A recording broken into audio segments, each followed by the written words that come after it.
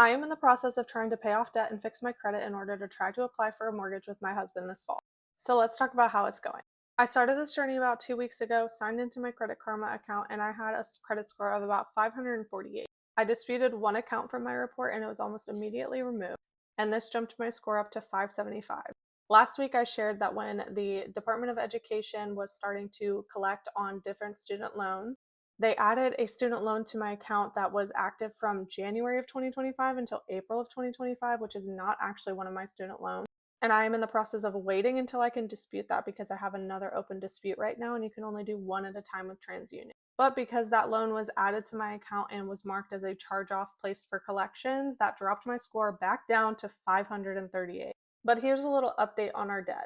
I decided we would also look at my husband's credit card debt because if we're going to go for this, we might as well go all in. So here are our final numbers. My husband has 3 credit cards that currently have a balance, and the totals for that is $8,588.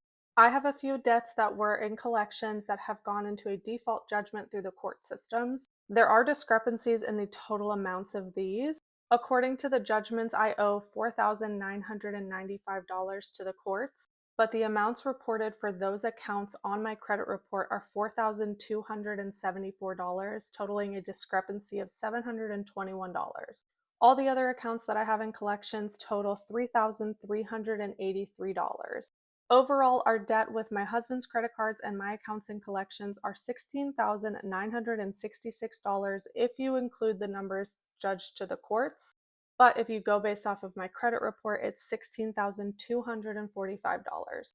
From my understanding, those default judgments don't hit your credit report.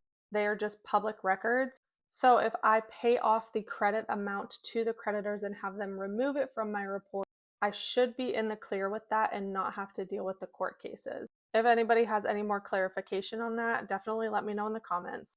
So those are our final numbers of what we are trying to accomplish in order to get me on the mortgage when we apply.